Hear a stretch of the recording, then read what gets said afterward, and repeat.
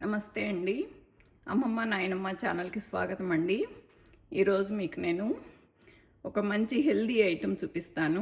ఆకుకూరలు పులుసు కూర అండి. మా మమ్మీ చేసే స్టైల్లో చేశాను.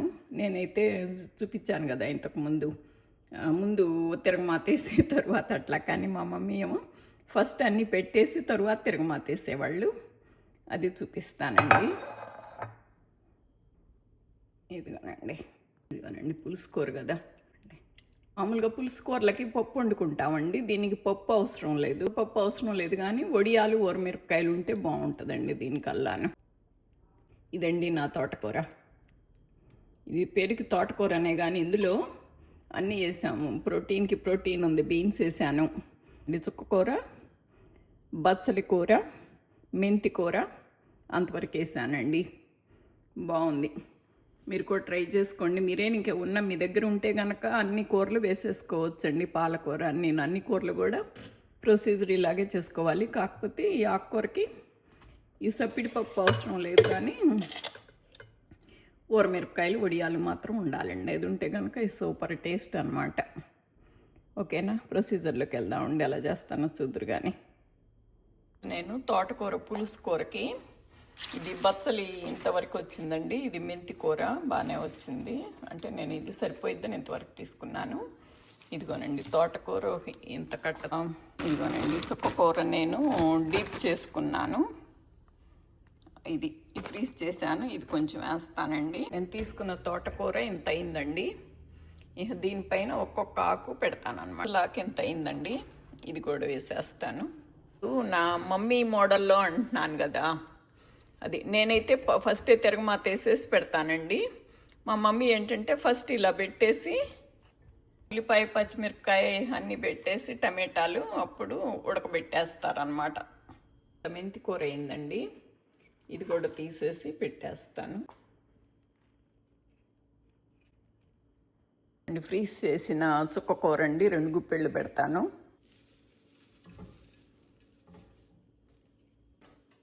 ఒక ఫుల్ ఉల్లిపాయ కోసానండి. పెద్ద పెద్ద ముక్కలు కొయ్యాలండి, చూసుకోండి.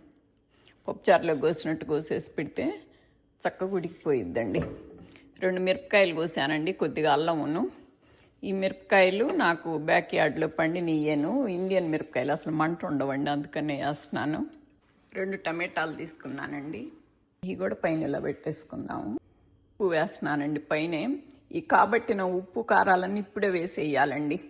దీని మామూలుగా అయితే తోటకూరకి చాలా ఉప్పు తక్కువ పట్టుద్ది. కాకపోతే నేను ఈ టమాటాలు చుక్కకూర అన్నీ వేసాను కనుక కొంచెం పట్టిందండి. పచ్చిమిరపకాయలు వేసామండి, అయినా కూడా మళ్ళీ కారం వేయాలి కొంచెం. ఇదిగో నేను బాగా స్పూన్ వేసానండి.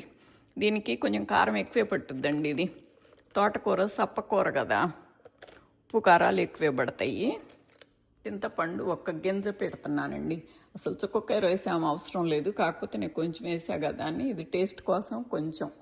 స్టవ్ వెలిగించుకుందామండి. అన్నీ పెట్టేసాం కదా. స్టవ్ వెలిగించి కొంచెం 1/4 గ్లాసు వాటర్ పోస్తున్నానండి, ఊరికి అడుగంటకుండా. అంతే. పైన మూత కవ్వకుండా ఈ కారం అదిను జస్ట్ అలా అదుముతున్నాను అంతేను. పైన ఉన్నా పర్లేదండి, బాగానే ఉంటుంది. ఇప్పుడు ఇది మూత పెట్టేసుకుందాం. ఇంకంతే. కోత రానిచ్చి ఒక కోత వస్తే ఆపేయటమేనండి. కుక్కర్ వచ్చిందండి, తీసేద్దాము. ఇది ఎనుక్కోవాలండి బాగా.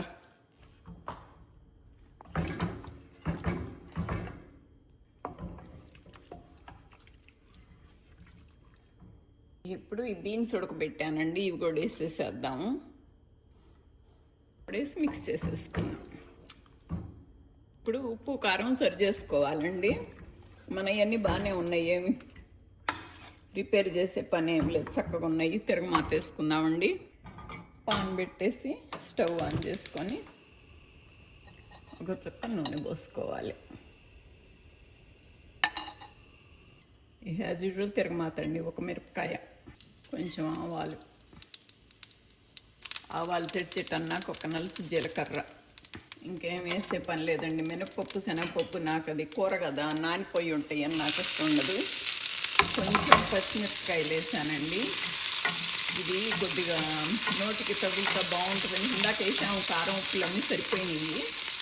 అయినా కూడా కొద్దిగా పచ్చిమిరపకాయ అక్కడక్కడ నోటికి తగిలితే బాగుంటుందని.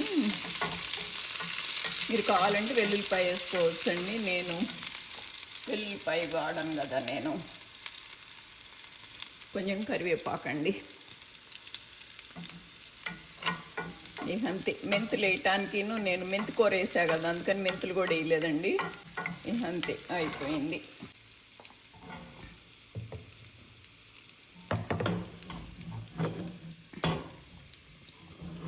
ఇప్పుడు ఇది ఇందులో వేసేసుకోవటమే. తిరుమాట ఫినిష్. రెడీ. తోటకూర రెడీ. నేను ఎక్కువ ఎందులోనూ తిరగమాత వేయటానికి ఇష్టపడినండి. కాకపోతే ఇది కొద్ది సప్పకూర కదా, వేస్తేనే బాగుంటుంది అన్నమాట. పైగా దీనికి వడియాలు ఊరమిరపకాయలు ఉండాలండి, బాగుంటుంది అప్పుడు. నేను కూడా వేపేసాను వడియాలు ఊరమిరపకాయలు కూడాను. వీటి కాంబినేషన్ అదన్నమాట. ఇదిగోండి, వడియాలు ఊరమిరపకాయలు కూడా వేపేసాను నేను. ఈ పక్కన పెట్టేసుకొని ఇప్పుడు ఇది అయిపోయింది. అయిపోయిందండి, ఆపేసేద్దాం కూర. ఇదిగోనండి, మన కూర రెడీ అయిపోయిందండి. బాగుందా?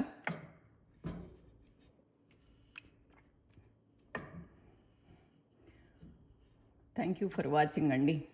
ఆకుకూరలు మంచిదంటారు కదా, ఎప్పుడైనా తినచ్చని. తోటకూర అది కూడాను ఎండలకాలం వానాకాలం ఎప్పుడైనా పండుతుందండి.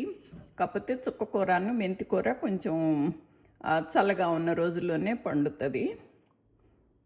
ఓకేనా? ఈ మామూలు ట్రేలల్లో కూడా పెట్టుకోవచ్చండి చుక్కకూర. మీరు ఈ ట్రేలల్లో మీరు ఏదైనా పార్టీలు ఫంక్షన్లు అయినప్పుడు ట్రేలు పడేయకుండా ఇలా మెంతికూర అలా వేసుకోవచ్చండి. వీట్ గ్రాస్ అదిను. మన మామూలు పార్టీలకు వెళ్ళినప్పుడు ట్రేలు వస్తాయి కదా, ఆ ట్రేలల్లో కూడాను మీరు కింద కొద్దిగా హోల్స్ వేసేసుకొని, ప్లేస్ ఉన్న వాళ్ళు లేని వాళ్ళు, మామూలు అపార్ట్మెంట్లో ఉన్నవాళ్ళు కూడా నా పక్కన ఆ పేటియాలు ఉంటాయి కదా, అందుట్లో పెట్టేసుకొని పండించుకొని వాడుకోవచ్చండి. రోజును బాగుంటాయి. ఆర్గానిక్గా మందు లేకుండాను. మందులేసి మనం తీసుకొచ్చుకుంటే మెంతికూరలు ఇంత పొడుగున ఉంటాయి, కానీ అవి మనకి ఉపయోగం ఉండదు. ఇది మనకి చిన్నగా ఎక్కువ ఎత్తు పెరకపోయినా కూడా మనం పెందలాడు లేతగానే కోసేసుకొని వండేసుకుంటాం కదా, ఇది మంచిదని నా ఉద్దేశం. మీరేమంటారో మరి, మీ ఇష్టం. ఓకేనా? Thank you so much for watching.